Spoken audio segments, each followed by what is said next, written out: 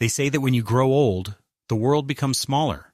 The streets you've walked all your life start to look different. The faces around you change or disappear. And eventually, if you're not careful, even your own family starts to fade into strangers. I never thought that would happen to me. I raised my son with love, worked myself to the bone to give him a life better than mine, taught him how to be a man, or so I thought. My name is Richard. I'm 74 years old. I spent most of my life in the same town, lived in the same house with my late wife Margaret, God rest her soul. We built a life there, not a rich one, not fancy, but full of honesty, hard work, and decency. We didn't have much, but we had enough. Our son, David, was our only child. He was a bright boy. I remember staying up with him to help with homework after I'd come back from the mill, dog-tired but still proud.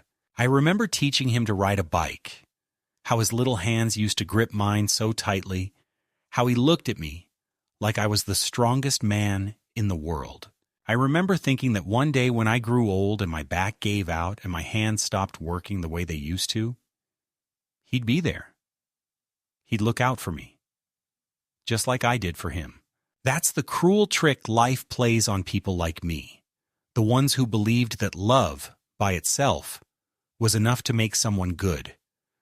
Because love, I've learned, doesn't always pass down like you hope. It doesn't always stick. My wife passed away 3 years ago, cancer. She fought hard. David and his wife, Olivia, were around for a while during those months, helping with doctor's visits, sometimes bringing food. But they always had excuses.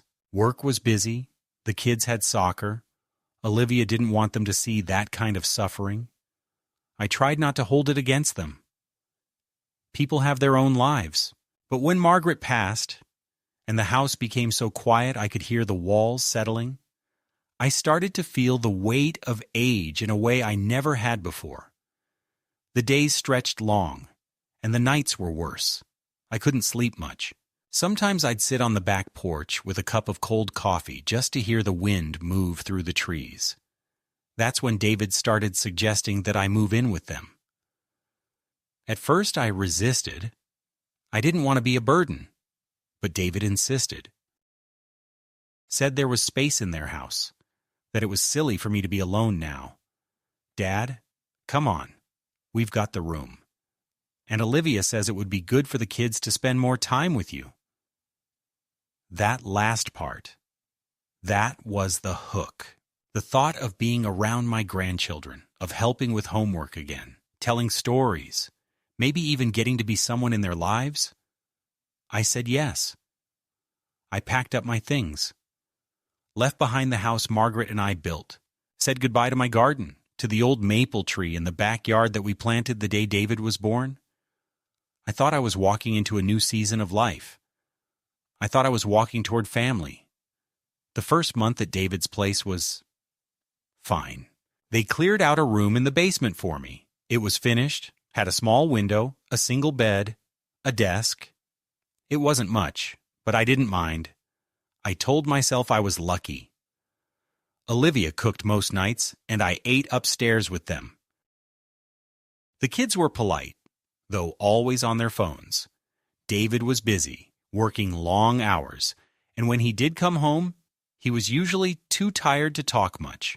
Still, I helped where I could, washing dishes, folding laundry, fixing the leaky faucet they kept ignoring. I didn't complain. I wanted to be useful. I wanted them to know I was grateful. But slowly, things began to shift. Little things at first. Olivia started leaving me off the dinner text group so I'd miss meals unless I happened to be upstairs at the right time. One day I asked if I could cook something special, Margaret's pot roast recipe, and she looked at me like I'd offered to poison the family. "We're trying to eat cleaner," she said. "Less heavy food." I started to notice how often David avoided eye contact. The kids stopped coming downstairs. I heard Olivia telling them not to bother Grandpa when he's in one of his moods. I didn't know I had moods. I thought I was just quiet. One night I came upstairs to find them finishing dinner. The table was full. Roast chicken, mashed potatoes, green beans, but no extra plate. No seat for me. I stood there for a moment, then turned around and went back down. David came to my room later, said they didn't realize I was home, that it had been a last-minute meal. I nodded. I didn't argue, but something inside me started to shrink. I began keeping food downstairs, crackers, some soup, a few cans. I didn't want to be in the way. I started eating alone. They stopped asking where I was.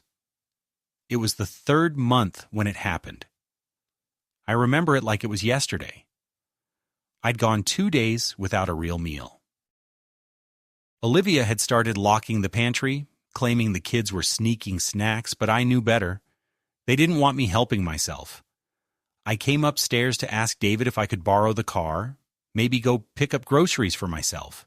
He was sitting on the couch watching TV. He didn't look up. "Starve or leave," he said flatly. Just like that. I didn't respond. I couldn't. I felt something fall inside me, like a rope snapping. I walked back downstairs, packed the few things I had, and walked out the door. No one stopped me. No one asked where I was going.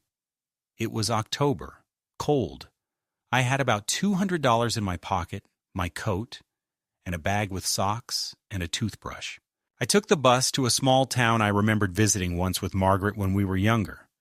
There was a room for rent above an old bakery.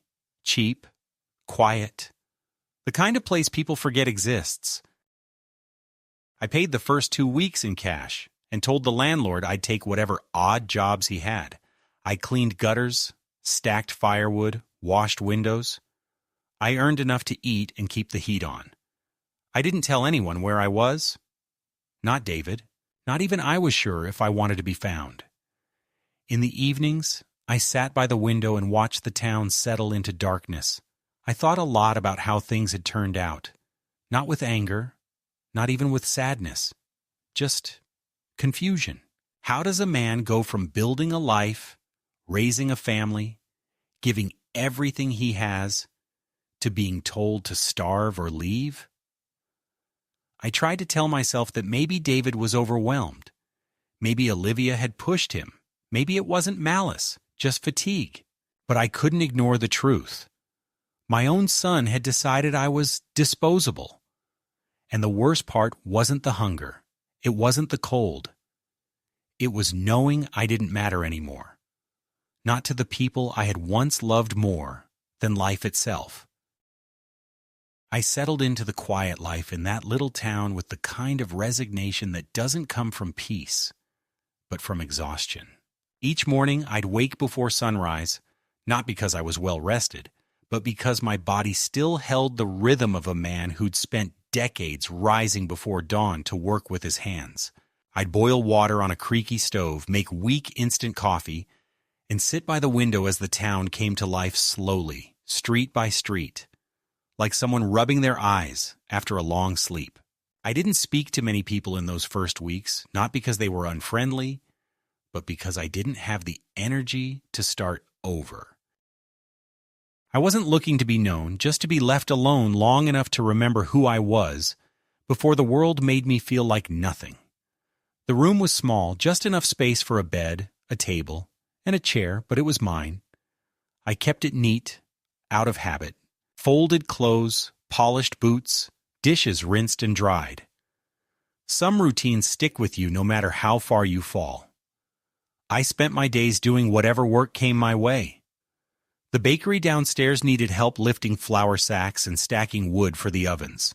A nearby mechanic offered cash if I swept out the garage and organized old parts. Once, I spent a whole afternoon shoveling snow off the roof of a church, while the priest watched me from the window like I was some ancient penitent paying off sins with labor. I didn't complain. I needed the money, but more than that, I needed the motion. Stillness scared me. It left too much room for thoughts to echo. I kept to myself until one day, a woman named Carol, who worked at the post office, stopped me on my way to the corner store. She was in her 50s, sharp eyes, hair pulled back tight, with a kindness that she hid beneath sarcasm. She asked if I was the man renting the room above the bakery. I said yes, and she handed me a brown envelope. "Don't get many Richards in this town," she said. "Figured it had to be you." I took it, surprised. I hadn't given my address to anyone. The handwriting on the envelope was familiar, though. It was David's. My heart thudded once, hard, like a door being kicked open. I walked back to my room without stopping and sat at the edge of the bed, staring at the envelope. I didn't open it right away. I held it like it was a lit match. Finally, I unfolded the paper inside. It was short, just a few lines. "Dad, I don't know where you are, but I've been looking. Olivia said you left because you were unhappy. I don't know what to say. Things have been hard. The kids ask about you. I miss you. Please write back." There was no apology, no explanation, just those awkward, trembling words that didn't fit the man who once told me to starve or leave. I didn't know what to feel. Anger? Maybe. Relief? Possibly. Mostly I felt tired. I didn't write back. Not then. Instead, I folded the letter and placed it in the top drawer of the nightstand next to the bed. I lay down and stared at the ceiling for hours. Over the next few weeks, more letters came, one every 10 days or so. He told me about how work had dried up, how Olivia had gone back to teaching, and how the kids were growing fast. He didn't mention that night the things he said, or the way he let me walk out like I didn't matter. But between the lines, I could see it. Regret. The kind a man carries in his chest like a stone. He said he wished I'd call, that he was sorry if I felt unwanted, that Olivia had been going through a tough time and he hadn't handled it right, that he hadn't realized how bad things had gotten. He didn't beg. He didn't demand. But each letter was like a knock on the wall of the cave I'd hidden myself inside. Then one morning, Carol handed me a different kind of envelope. Bigger. Thicker. Inside was another letter from David. But this time there was also a photograph. It was of the house, or what used to be the house. The yard was overgrown, the front porch sagging. A red foreclosure notice taped to the door. The letter was more raw this time. He said they'd lost the house 2 months ago, couldn't keep up with the mortgage, that Olivia had moved out with the kids to her sister's place, that he was staying in a friend's garage, working odd jobs, trying to scrape by, that he'd burned every bridge, but the one he couldn't stop thinking about was the one with me. "I deserve everything that's happened," he wrote, "but I still miss you." I sat with that letter in my lap, staring at that photograph, wondering how a man could fall so far so fast. And then, with a sudden clarity I didn't expect, I realized that I didn't feel satisfaction. I didn't feel vindicated. I felt hollow. Watching him fall didn't lift me up. It just made me remember how far we both had sunk. Later that evening, I walked through the town square and sat on a bench across from the old train station. The sky was darkening, the clouds swollen with the promise of rain. I thought about calling him just once. Not to say much, not to make things right, but just to remind him that someone still remembered his name without flinching. I reached into my coat pocket, pulled out the letter again, and read the last line over and over. "I still miss you." He didn't say, "I love you." Maybe he didn't know how anymore. But "I miss you" was close enough. It meant something. It meant he hadn't buried me completely, even after everything. The next day I asked Carol if I could send a reply. I kept it simple. "Got your letters. I'm still alive. Cold here, but manageable. I'm not angry, just disappointed. Don't know what comes next, but I'm still reading." I didn't sign it with Dad. Just R. I wasn't ready to reopen that door all the way, but I cracked it. That was enough for now. After I sent that first letter back to David, I didn't expect much. Maybe a thank you. Maybe silence. I figured he'd take it as a gesture, and then move on with whatever life he was trying to piece together out of the wreckage he had created. But the response came faster than I thought. Less than a week later. A small envelope. The kind you don't want to open in public because something about it feels too private, too fragile. His handwriting looked shakier this time, rushed maybe, or just tired. Inside was a note, scribbled in blue ink on lined paper, almost like a schoolboy's journal. He said he was grateful, that my words meant more than I could know, that he'd been carrying the weight of our last conversation for over a year, and hearing from me broke something open. He said he wasn't asking for forgiveness, just a chance to talk, in person. Just one time. Let me look you in the eye like a man, he wrote. You don't owe me anything, but I need to try. I folded the letter and left it on my nightstand without answering. For 3 days I didn't touch it. But each morning I'd look over at it as if it might change its message while I slept. By the 4th day, I wrote back, if you want to talk, come find me. I'm not moving again. It was almost 2 weeks before he arrived. I saw him through the bakery window, stepping off the bus with nothing but a duffel bag and a look on his face I couldn't quite name. Shame, fear, maybe something softer buried underneath. I was sweeping the back alley when he walked up. He didn't speak right away. Neither did I. He just nodded, and I nodded back. That was it. We didn't hug. We didn't cry. We just stood there, 2 men staring at the space between them, filled with everything neither of us could say yet. I offered him the cot in the corner of my room. He accepted without question. That first night we sat in silence. I made tea. He stared out the window.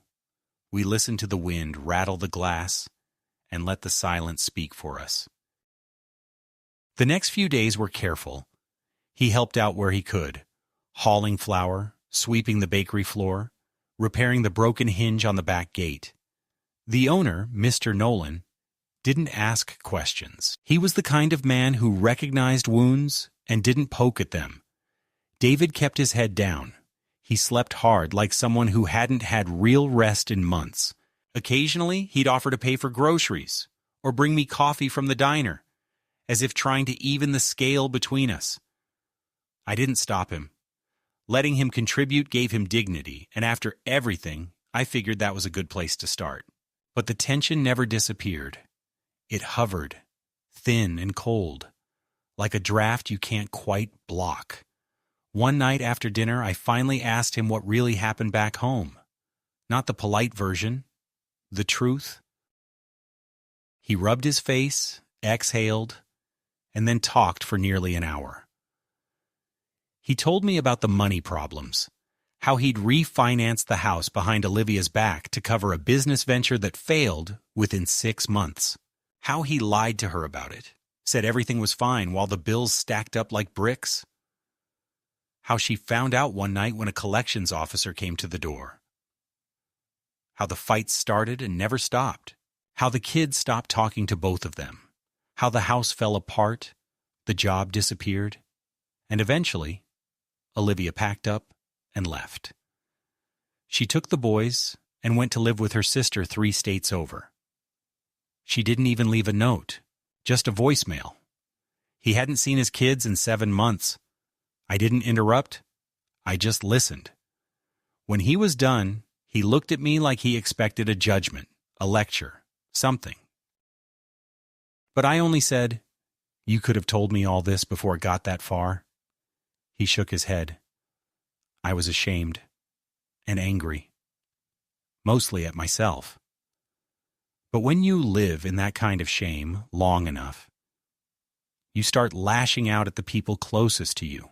I didn't know how to stop, so I pushed you out instead." He didn't cry. His voice stayed steady. But I could see the crack in him, deep and worn from years of regret. Over the next weeks, we settled into something that resembled routine. We weren't father and son exactly, not yet. But we were two men trying to exist without destroying each other. That was enough. Until the second wave came. A woman from the county came looking for me, said someone had reported a suspicious male staying in the apartment. Apparently, a neighbor thought David looked unstable and called it in. She asked questions: who he was, how long he'd been there, whether I felt safe. I told her he was my son and that I wasn't going to answer anything else. She didn't press, but her visit left a mark. People talk in small towns. The next day, Mr. Nolan pulled me aside. Said a couple of regulars had asked about David. Said he wasn't worried, but he couldn't afford trouble. I got the message. Keep him quiet. Keep him invisible. David overheard us talking. That night, he packed his bag. Said he didn't want to cause problems. I told him to sit down. I told him this wasn't going to be like last time. That running wasn't fixing anything. That the only way to stop being seen as a mistake was to stay long enough to become something else. He didn't respond. But he stayed. That week, he got a part-time job at the gas station. Night shifts, quiet, easy work. He came home smelling like oil and gravel, exhausted but calmer. He started saving money. He bought groceries. He even fixed up an old bike he found in the alley and started riding to work instead of walking. People still looked at him funny, but some nodded now. A few even said hello. Then one morning, a letter came. From Olivia. No return address, just her handwriting. He opened it at the table. I didn't ask what it said, but I saw his face change. Go blank. Later that day, he told me she wanted to make things formal. Custody papers, no contact, supervised visits if any. Said she was tired of waiting for him to prove anything.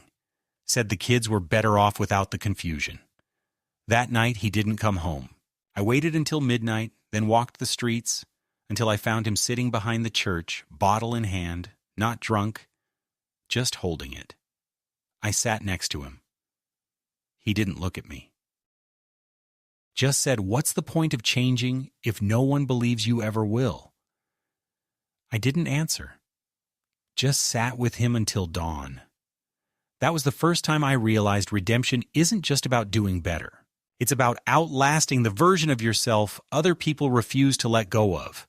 He wasn't perfect, but he was trying, and the world didn't care. The winter came in slow that year, like it wasn't sure it was welcome, and for a while, the cold was gentle. The kind that makes your joints ache but doesn't cut into your bones just yet.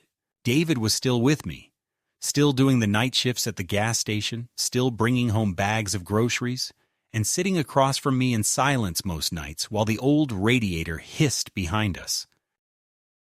We didn't speak about the custody letter again, not directly. But I knew it stayed with him like a bruise under his ribs. The kind you forget about until you breathe too deep. He went through the motions, shaving, fixing things around the building, nodding to the neighbors who didn't know where to place him. But something in his eyes had dulled. It wasn't sadness, not really. It was something more resigned, like a man who'd accepted that the world had already decided who he was, and he no longer had the energy to argue. I tried to pull him back into life in little ways, handing him my old radio to repair, dragging him with me to the local hardware store, suggesting he help the priest fix the church roof come spring, but I could see it wasn't enough. The problem wasn't outside of him anymore. It was inside. He didn't believe in himself, and worse, he didn't believe anyone else ever could. Then one Saturday afternoon, everything shifted. Not dramatically, but in a way that cracked the ice we'd been walking on for months. The phone rang.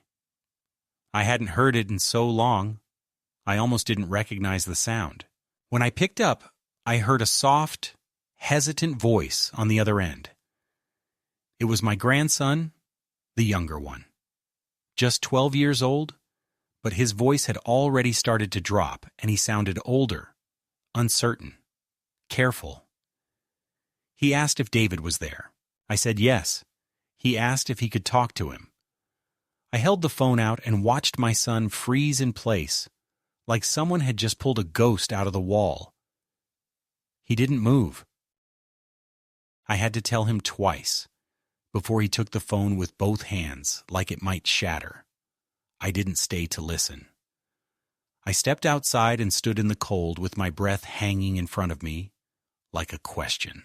20 minutes passed before he came out, the phone still in his hand, his face pale, his eyes red. Not from crying, just from trying not to. He told me they were coming, just for the weekend. Olivia's sister had agreed to drive them halfway, and the boy said he wanted to see him. Not both boys, just one. But it was enough. The next 2 days were chaos, but the quiet kind, the kind that lives in preparation, in nervous cleaning and rearranging, and trying to make things look like something they're not. David scrubbed the floor twice. He bought clean sheets.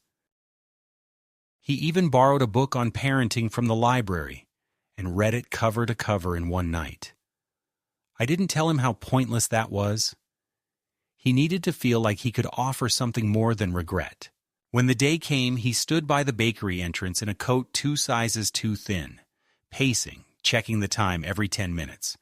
When the car finally pulled up and the boy stepped out, David stopped moving, didn't breathe, didn't speak, just watched his son approach, unsure whether to smile, reach out, or fall apart. The boy didn't hug him. He didn't cry, but he didn't turn away either. He looked David in the eye and said, "Hi." And that was the moment I saw it. Something small, but unmistakable, breaking free inside my son, like a tight knot finally loosening. That weekend, they didn't do much. Walked around the square, bought donuts from the bakery, played cards in the kitchen. It was awkward and quiet and clumsy, but there were moments, small ones, where laughter slipped through, a joke over spilled tea, a smile during a story. A moment when the boy handed David a drawing he'd made. No ceremony, just placed it on the table and walked away. I watched as David picked it up and looked at it like it was a message from a world he thought he'd lost forever. When Sunday came and the car arrived to take the boy back, the goodbye was stiff but not cold. The boy said, "See you?" And David nodded, not trusting his voice. After the car pulled away, he stood on the sidewalk for almost an hour. I didn't bother him. I knew what that silence meant. Later that night, he told me the boy had asked him a question. "Why didn't you try harder?" David didn't answer him. Couldn't. But he promised he would next time. And I think the boy believed him. Not completely, not with trust, but with a kind of curiosity, like he was willing to look again, to see if maybe there was more to the man he'd been told to forget. That night, David sat by the window with his old sketch pad, the one he used to draw in before the world told him to get practical. He didn't draw anything, just flipped through pages. But I saw his fingers stop shaking. For the first time in weeks, something had shifted. The world hadn't forgiven him. His wife still wanted distance. His neighbors still avoided eye contact. But his son had looked him in the eye and said, "Hi." And that small word carried more weight than 1,000 apologies. It was the first real crack of light after a long winter, and maybe, just maybe, it was enough to keep him from giving up. After that first visit from his son, something in David shifted, not all at once, and not in the way a movie would have you believe. where a broken man becomes whole after one tender weekend, but in the quiet, halting way that only real people change. He started waking up earlier without my nudging. He began organizing his day in small lists he wrote down in an old notebook I had lying around. He kept the room clean, bought a few secondhand books, cooked meals that didn't always taste good but filled the place with the kind of smells that made it feel like someone lived here again. It wasn't perfect. There were still nights when he didn't speak much, still moments when he'd stare off too long or get a little too quiet when someone mentioned kids or holidays. But I could tell he was fighting for something now. Not just surviving out of guilt or obligation, but actually reaching, even if it was just an inch at a time. The thing is, though, the world doesn't reward quiet efforts. It doesn't applaud a man for folding his regrets or sweeping a floor instead of breaking something. The world, especially small towns like ours, likes a headline, a label, a story it can repeat over coffee. And when people decide what kind of man you are, they rarely go back and check if you've changed the ending. It started with whispers, nothing new, just more pointed this time.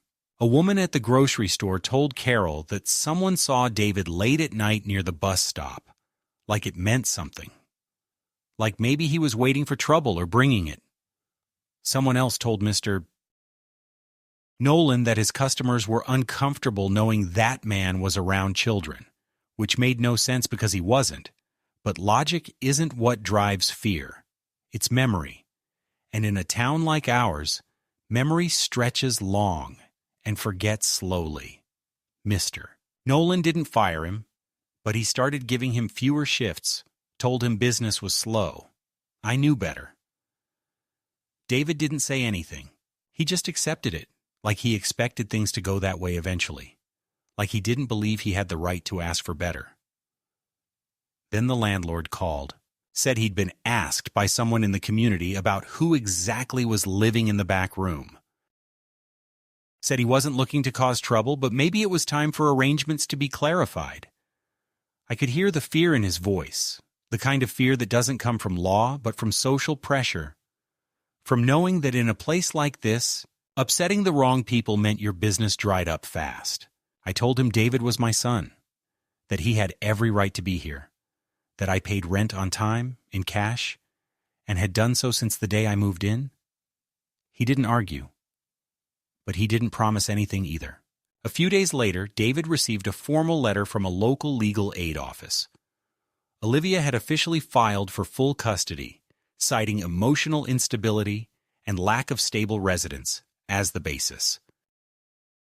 She included claims that he was unfit for visitation until proper psychological assessments and life stability benchmarks could be proven. David read the letter without blinking. Then he placed it on the table and said, "It was only a matter of time." He didn't rage, didn't break anything, didn't even raise his voice. That scared me more than if he had. He simply went silent for the rest of the night. I found him the next morning standing in the alley out back in his pajamas, barefoot in the snow, just standing there. Like he'd forgotten how cold it was. Like he couldn't feel anything anymore. I wrapped a blanket around his shoulders and led him back inside. He didn't resist. He just moved like someone underwater, disconnected, heavy, and slow. That week he stopped going to work, stopped shaving, stopped writing lists. The room grew dim again, not because the lights didn't work, but because he stopped turning them on. He didn't eat unless I made him. He didn't speak unless I asked a direct question. When I finally asked what he was thinking, he said, "I don't know how to prove I'm not the man she thinks I am when every time I get close to something it slips away. The house, the kids, the job, your trust. Every time I rebuild, someone comes along and knocks it over again. And after a while, you start to wonder if maybe they're right to." I wanted to tell him that wasn't true, that I'd seen the work he was doing, the change, the effort. But I also knew he needed more than my word now. He needed evidence, something external, something he could point to and say, "Look, I matter." Then came the fire. It was a Sunday morning. Cold. Windy. I was in town picking up bread when I saw smoke rising from the eastern end near the mechanic's lot. At first, I didn't think much of it. Someone burning brush, maybe. But the closer I got, the more I could see the panic on people's faces. The old supply shed behind the bakery had caught fire. It was small, but flames licked high into the air, and the heat pushed against us like a wall. The firefighters came fast, but not fast enough to stop the smoke from creeping into the bakery itself. Not enough to stop the front window from cracking from heat stress. I was standing near Carol when I saw David run toward it. He wasn't supposed to be there. He hadn't left the apartment in days. But now he was sprinting through the smoke, waving his arms, shouting for people to clear the area. I didn't even know what he was doing until I saw him throw open the side door of the bakery and start dragging sacks of flour out of the storage room, one after another, coughing, stumbling, but moving fast. Nolan had forgotten those sacks were in there. If they'd caught flame, the whole place might have gone up. David kept going until the firefighters pushed him back. He collapsed on the sidewalk, coughing, eyes watering, ash on his skin like war paint. They treated him right there. Oxygen, water, checking his lungs. People stared, some in shock, some with something closer to respect. No one spoke, but something had shifted. The next day, Carol told me someone at the town meeting brought his name up, said he might not be what people thought. A small thing. But in a place like this, small shifts matter. Nolan gave him back his shifts and then some. The landlord apologized. One of the neighbors dropped off cookies. Nothing huge, but enough to show that people had seen something they couldn't unsee. David didn't gloat. He didn't even smile. He just went back to work. That night he said to me, "They didn't cheer. They didn't thank me, but they didn't look through me anymore." I nodded. That was all he'd ever wanted, to be seen again. Not forgiven, not celebrated, just seen. Later that week, a letter came from Olivia, handwritten, no lawyer this time. She'd heard what happened, heard he'd saved Nolan's business, heard from the boys. She said she was willing to meet neutral ground, no pressure, just talk. See who he was now. He read the letter 3 times, folded it carefully, and put it in his coat pocket. Didn't say anything. Just stood at the window that night, watching the snow fall under the streetlights, silent but solid, like a man who had found his footing again. Not because someone gave it to him, but because he chose to stand up. One more time. When no one thought he would. The meeting was set for a Saturday, 2 weeks after Olivia's letter arrived, and I could see the storm building in David from the moment we circled the date on the calendar. He tried to hide it, moving through each day as if it were no different from the last, going to work, sweeping the floor, fixing a broken step outside the bakery. But I saw how often he'd check his watch for no reason, how he'd reread her letter in the dark when he thought I was asleep, how he practiced words under his breath like a student before a final exam. I didn't tell him what to say. I didn't tell him what not to say. He needed this to be his, not another version of him trying to meet someone else's expectations. I just made sure he had a clean shirt, enough money in his wallet, and a ride to the cafe where they'd agreed to meet. That morning, he sat at the kitchen table with his hands flat and still, the way a man might hold them just before surgery, knowing that what came next would either save something or prove it was too far gone to mend. He looked at me and said, "If this goes badly, I don't know if I'll come back from it." I nodded. I didn't lie to him. I just said, "Then make sure it doesn't go badly." He almost smiled. Almost. The cafe was quiet when we arrived. Olivia was already there. sitting at a corner table by the window, her hair pulled back like always. Wearing that expression she used to get when she didn't want to let you know how nervous she was. I stayed outside. This wasn't my moment. I stood near a bench, hands in my coat pockets, watching through the glass without watching too hard. They talked for nearly an hour. She didn't raise her voice. He didn't drop his.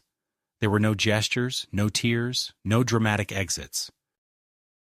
Just two people trying to find some human shape in the rubble of their old life. When it ended, David stepped outside, stood next to me for a long minute, then said, "She's not sure yet, but she didn't say no." I nodded again. Sometimes not hearing no is the biggest yes you can hope for.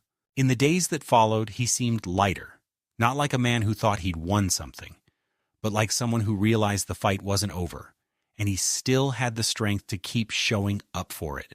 He started calling the boys, short conversations at first, homework questions, video game chatter, sports scores, but eventually those calls stretched longer, began including bits of memory, fatherly advice, a joke only they would understand. One evening I passed by the door and heard his older son say, "You sound different now, Dad." And David replied, "That's because I'm trying to be different, not just sound like it." It stayed with me, that sentence, honest, uncomplicated, heavy in its simplicity. He began drawing again. It started with a sketch of the cafe window, then the alley behind the bakery, then the boys from memory, side profiles, hands, shoes, the way they slouched when bored. He didn't show them to anyone at first, just folded them neatly and placed them in a box beneath his bed like something sacred, something that couldn't be rushed into the light. I think drawing gave him a way to speak without defending himself. I think it reminded him he was more than the worst day of his life. Then came the court date, formal custody review. I offered to go with him to sit in the back, just be a presence.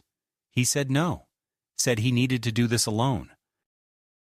He left early that morning, wearing the same shirt from the cafe, holding a folder of documents, notes, letters, photographs, his case, built one piece of effort at a time.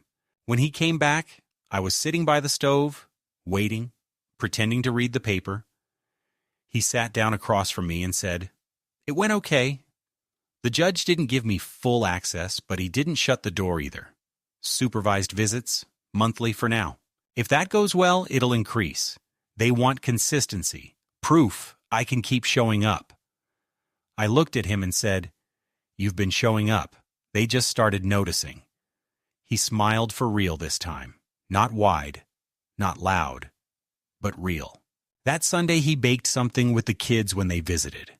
Burned it, of course, but they laughed and ate it anyway. And I heard the sound of their voices from the hallway and felt something inside me go quiet for the first time in years. Not gone. Just settled. Like a room after the music stops. One night, he asked me why I didn't give up on him. I told him the truth. I had. For a while. After he told me to starve or leave, after he let me disappear like some unwanted guest, I buried my belief in him so deep, I thought it might never come back. But when the letters came, when I saw the weight in his words, the cracks in his armor, I realized something. It wasn't my job to keep him whole, but it also wasn't my job to punish him forever. Fathers aren't meant to be judges.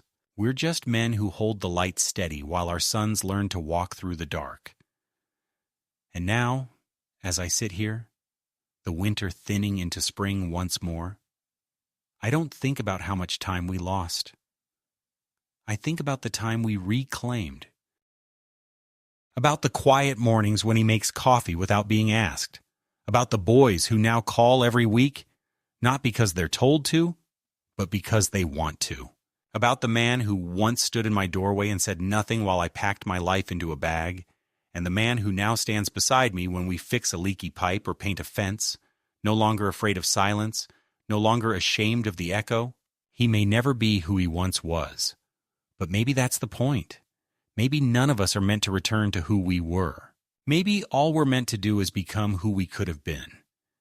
If only someone had stayed long enough to believe in the second version of us. The days are longer now. Not just in sunlight, though spring has returned in full, filling the trees with a kind of restless green that reminds me of years when I had more strength in my hands and less weight in my chest. It's a different kind of long now, less about hours, and more about presence. David still lives here, still occupies the same space in the corner room where I once thought I would grow old alone. But it doesn't feel like sharing anymore. It feels like continuity, like the way life sometimes stitches broken threads back into the fabric without asking whether we think it's too late. The bakery reopened after the fire repairs. Mr. Nolan gave David regular hours again, and now he trains one of the younger boys in town, a wiry kid who barely looks people in the eye, but listens to David in a way I haven't seen in years. Sometimes I watch them through the window, how David explains something with patience, not with the frustrated tone he once used when he was too proud to admit he didn't know how to teach. Now he waits, he listens, he corrects with kindness. There's no audience, no performance, just a man passing on what he knows, and another learning how to receive it. That, to me, is growth, the kind that doesn't make headlines. The kind you feel more than you see. The boys come more often now. At first it was monthly, then every other weekend. Olivia hasn't said much, but she doesn't stand in the way. And I think that's her way of showing that trust is being rebuilt, slowly, with hesitation but not hostility. The younger one brings books. The older one helps with little projects. Repainting the front steps, tightening screws on the pantry door. They still don't talk much about what happened before, and I don't think they need to. What matters is that their eyes don't lower when they speak to David anymore. They look him straight on, and he doesn't flinch. Sometimes I catch David standing in the doorway of the boys' room after they've fallen asleep, not moving, just watching them with a stillness that says everything. It's not guilt anymore. It's reverence. It's the quiet realization that getting a second chance doesn't mean pretending the first one didn't happen. It means honoring it with something better. As for me, I've started sleeping through the night again. Not always. Some evenings my bones still ache, and the silence still brings ghosts. But mostly I rest. There's peace in this house now. Not perfection, not absence of pain, but peace. The kind that grows out of endurance, not escape. I don't tell this story because I think it's extraordinary. I tell it because it isn't. Because it happens more often than we'd like to admit. Parents being cast aside, children collapsing under their own mistakes, families breaking not from violence, but from slow, quiet neglect. And sometimes, if life allows it, those same families come back to the table. Not the same. Not fixed. But real? People ask me if I've forgiven David. I don't know if that word even fits anymore. What I know is this. He's here. He stays. He tries. And in the end, maybe that's the only apology that matters. Not the words, not the grand gestures, just the presence, the choosing to return, the decision to be better today than yesterday. I don't think I'll ever forget the moment he looked me in the eyes and said nothing while I packed my bag and left his house. But I also won't forget the moment he opened a letter from his son and whispered, "He called me Dad." Life gives you both, the fracture and the healing, the silence and the word that breaks it. And in the end, what you carry forward is not who left you behind, but who came back to stay. Sometimes I wonder what Margaret would think if she saw us now. I sit by the window some evenings, tea cooling in my hands, and imagine her standing in the doorway, arms folded, that half smile on her face, the one that always meant she saw more than I thought she did. I picture her watching David move around the kitchen, wiping the counter, checking on the stew, setting the table without needing to be asked. I think she'd say nothing at first, just tilt her head slightly, eyes narrowed in quiet observation. Then, maybe after watching long enough, she'd say, "Took him long enough." And I'd laugh because she'd be right. She usually was. I miss her more these days, not because I'm sad, but because so much of what's happening now feels like something she was meant to see. Not just David's return, but his transformation. The way he walks differently now. Not taller, not prouder, but steadier. There's a kind of grace in a man who's been humbled properly. Not broken, not bitter, just aware. In the months since the boys started visiting regularly, the house has changed. Not in appearance, but in atmosphere. It breathes differently now. There's noise again. The good kind. Shoes left by the door, mugs forgotten on the windowsill, laughter trailing in from the hallway. I catch moments I never thought I'd witness again. David playing cards with the younger one, while the older one leans against the wall, pretending not to care, but smiling when he wins. Quiet music in the background. Arguments over the rules. Someone yelling from the kitchen, "You're cheating," followed by, "That's how Grandpa taught me." I don't interfere much. I stay on the edges, not because I feel unwelcome, but because I want this to be theirs. I had my chance to raise David. This is his time now. My role, if I have one, is to be the steady flame in the background, the one that doesn't flicker even when everything else gets dark. We still have bad days. Of course we do. There are mornings David wakes up with shadows under his eyes and a heaviness in his step. Sometimes he doesn't talk much, and I can see the old thoughts pulling at him. Regrets, doubts, the voices that still live in the back of his mind, no matter how far he's come. He hides it better now, but I notice. I always notice, and when I do, I don't say much. I just hand him a cup of coffee, sit across from him, and remind him, by doing nothing loud, that I'm still here. That presence, I've learned, is the most powerful form of love when words feel too sharp or too far away. One afternoon, not long ago, we visited Margaret's grave. It had been over a year since David had been there. He stood by the headstone for a long time, hands in his pockets, shoulders drawn in. The boys wandered nearby, respectful but detached, unsure of what to feel or how to behave.